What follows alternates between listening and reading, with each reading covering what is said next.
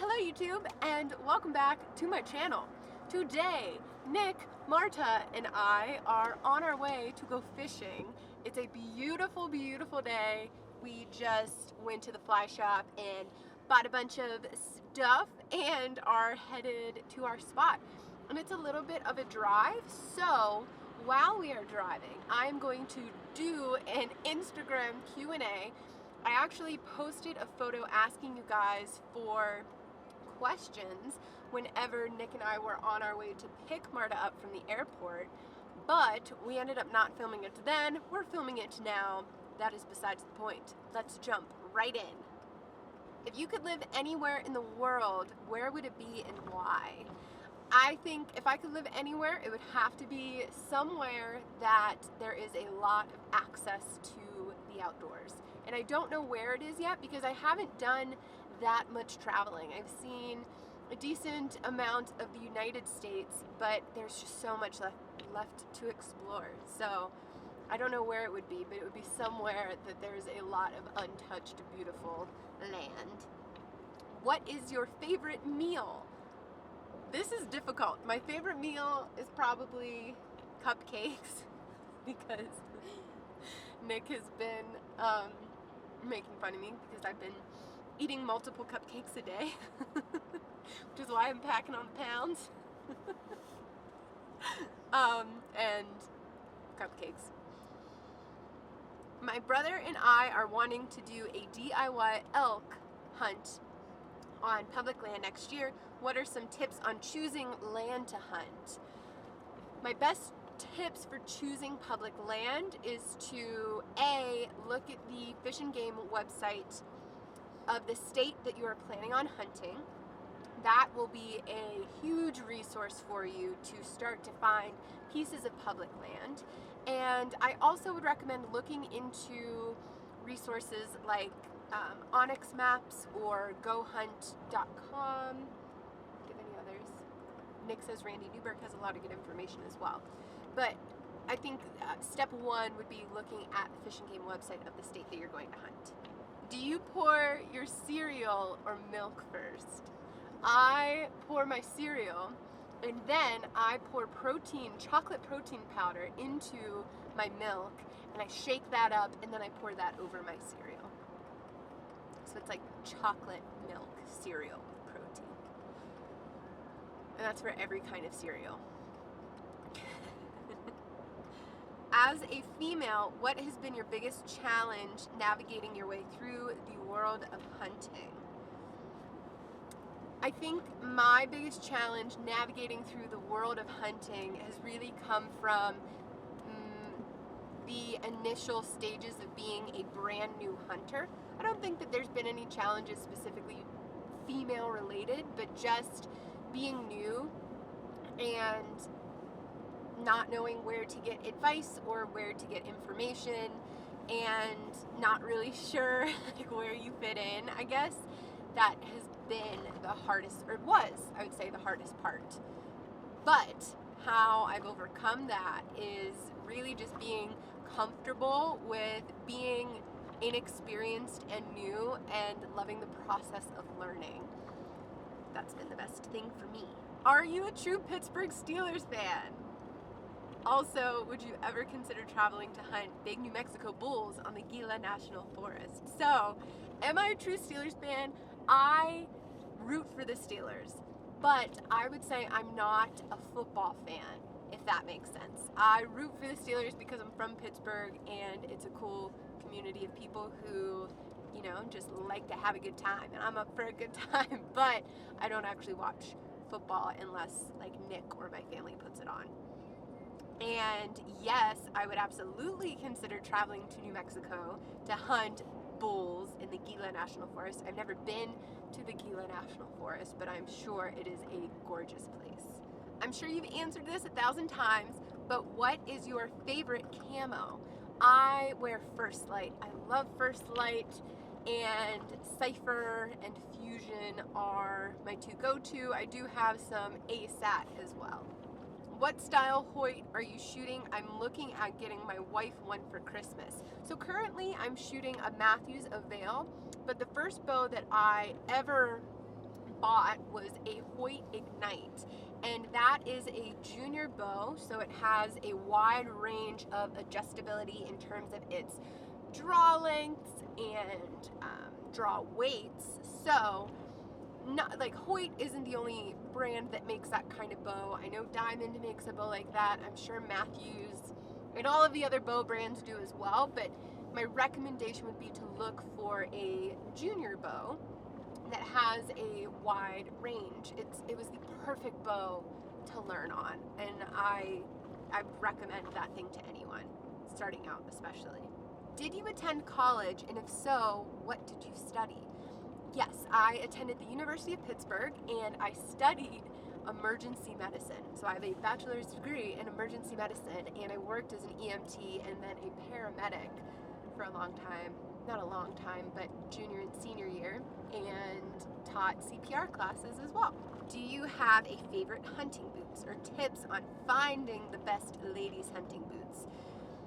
I don't have a favorite right now, although currently I'm running some Danners, which I have on my feet right now, and some Solomons. I'll include links to both below. I have been having great luck with both of these, but before this, I used to use a pair of Irish setters, and my issue with those was that they broke down very fast. But I think that the Solomons are going to be another boot that breaks down fast, so if you're looking at a boot like either of those, just be prepared to replace them every year or two, depending on how much hunting you're doing. But unfortunately, this is something that I struggle with as well. So I'm still kind of finding my way in terms of what boots work out best, but these Danners would probably be a very good boot for late season because they're pretty burly and they're leather and they're really, really nice. Now I cannot say that I've used them yet. I just recently got them and I will be using them for mule deer this month. It's October, so that's all I got for you. Do you hunt mountain lion too? I carry around a mountain lion tag with me every year when I'm hunting out west because it comes with the package that I buy, but I have never specifically went out on a hunt for mountain lion. Because I have a tag, if I ran into one and the situation was right, I would take a shot and cut that thing up and eat it because apparently they taste really good. So, who would win in a fight, a grizzly or a gorilla, and why? Nick and I talked about this. We saw this question earlier. Nick said a grizzly, and originally my initial reaction was grizzly, but I think it depends on how much they weigh. I need a little more information, I think. Oh yeah. Nick, was that on Instagram? Nick saw a post on Instagram. I don't know whose account it was. I'll put a picture of it up now because I think this is pretty funny. There's a collared grizzly in, I believe, Banff National Park, and he is number 1280 or something like that. And they were describing him as a grizzly bear who has eaten multiple black bear and has been hit by a train and lived, which I just think is wild. So, okay, maybe grizzly. What small game tips do you use for grouse while elk hunting? Typically, I use judo tips, and there are two different kinds. There are the kind that are one thick, solid piece of metal, and there are metal, yeah, I guess, and there's ones that have little fingers coming off of them. The solid metal ones I find perform better. They're also more expensive. So judo tips is the answer, but I have shot grouse with broadheads before, which is going to be your most expensive option. Typically, if I'm shooting them with a broadhead, I try to go right for the neck and more or less chop their head off, which actually worked very well maybe last week or two. I'll insert a clip.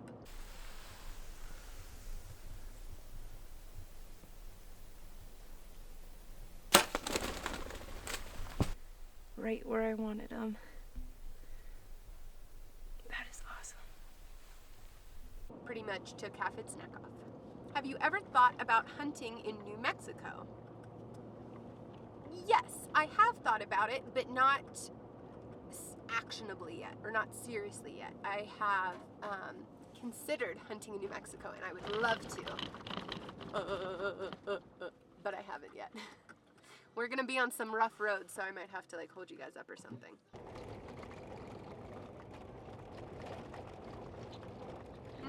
And we're back. I'm sorry if it is, oh my. I'm sorry if it's a little shaky. We're on a dirt road. I was gonna say a back road, but really it's, you know, whatever. Regardless, let's continue. Where are you from? I am from Pittsburgh, Pennsylvania. You seem to preference archery. I think you mean prefer. If so, can you explain why? So I hunt archery, shotgun, rifle, hell, crossbow, really any weapon that is in season, I am totally up for using. So I don't know that I necessarily have a preference to archery. I definitely love archery and I enjoy doing it, you know, outside of the hunting season, but I will use any weapon that is in season. And archery tends to allow me to extend my season as well, which is probably why it feels like I hunt archery so much. What hunt sticks out in your mind that sold you on wanting to make it your lifestyle? The hunt that sticks out to me the most was the very first hunt that I actually saw an animal die, and that might come across weird, but I would observant hunt with Nick all the time, and it would end up getting kind of boring back in Pennsylvania, just sitting in a two-person tree stand or in a blind and not seeing anything. I didn't fall in love with it immediately, but once we hunted together and Nick killed a doe and I watched the whole process of what that is like, and then I watched the whole process of field dressing the deer and then later butchering it and, you know, putting it into your freezer. And I think seeing the complete circle is what initially sold me. And then when we moved out west and I started hunting in the mountains, it just like, it completely blew me away. And I feel like backpack hunting in the mountains is kind of the second piece to the puzzle for me. Have you ever fished for walleye, and what's your favorite bow brand? No, I've never fished for walleye, although I think we probably will this year. See, I don't even know when's walleye season. I don't know. But regardless, yes, I would love to, although I haven't. Favorite bow brand, I think whatever bow works for you. I don't think that there's, you know, I don't know that one's necessarily better than all the rest. What's your most frustrating moment during 2017 archery season? That would be so far the whole thing, because I haven't been able to get closer than 60 yards to the elk, and I missed a couple of grouse and lost a bunch of arrows as a result. So those have probably been my most frustrating moments so far. Can I say all of elk season? What is your camera setup that you film your videos with? And what do you love most about vlogging in the outdoors? So my camera setup I will include down below. It's a little bit lengthy. There's a lot of pieces that goes into it, so you can check that out. And I love sharing the outdoors with people, I guess just because it makes me so excited and it gives me the opportunity to share that excitement and passion and happiness with other people. How did you get past the feelings of killing your first? I bawled the first time that I killed a big game animal, and actually Marta and Nick were with me when it happened, except they weren't right next to me. Like, they were each a couple hundred yards away from me, but I was like wailing. Could you hear me? So it definitely, you know. Nick, I remember you said I could hear you wailing across the mountain. Yeah, I was. But how did I get over it? or how did I get past the feelings? Those feelings will never completely go away. And if they do, I think that's an issue. I think that it's always going to be an emotional experience.